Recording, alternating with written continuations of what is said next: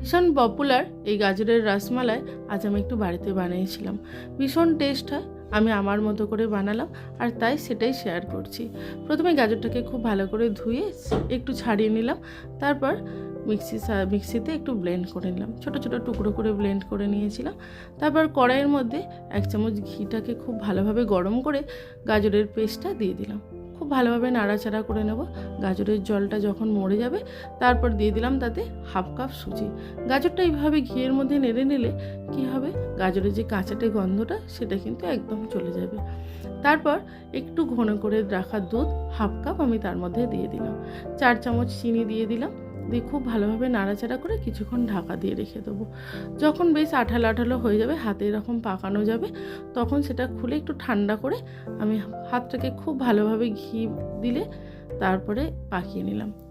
বেশ সবগুলো একসঙ্গে পাকানোর পর কড়াইয়ের মধ্যে একটু জল দিয়ে উপরে একটু ছিদ্র থালার মধ্যে একটু ভালো করে ঘি লাগিয়ে তারপরে এগুলোকে আমি জলের ভাপে 10 মিনিট ভাপিয়ে নিলাম।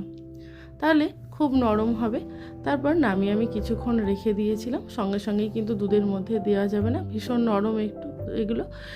তারপর দুধটা আমি আগে থেকেই ঘন করে রেখেছিলাম। এবার সেই দুধটা ভালো করে ফুটিয়ে নিয়ে গাজরের যে বলগুলো বানিয়ে রেখেছিলাম সেগুলো এর মধ্যে দিয়ে এর পরিমাণ মতো চিনি দিয়ে একটু ঘন করে নামিয়ে নেব। বেশ কিছুক্ষণ ফোটাতে হবে। এবার যে এতে গাজরটা যেহেতু এমনিই মিষ্টি, একটু মিষ্টির ভাগটা কম দিলে কিন্তু বেশ খেতে খুব সুস্বাদু হবে। এতে আমি কোনো ছোটো এলাচের কোনো ফ্লেভার বা গোলাপ জল কিছুই দিইনি। ক্ষীরের দুধ মরে মরে যে ক্ষীরটা হয় তার স্বাদটা কিন্তু বেশ ভালো লাগছিল। অন্য কোনো রকম ফ্লেভার আমি এর সঙ্গে অ্যাড করিনি। তাহলেই তৈরি হলো গাজরের রসমালাই। খুব নরম হয় কিন্তু, আর খেতে কিন্তু ভীষণ সুস্বাদু হয়েছিল।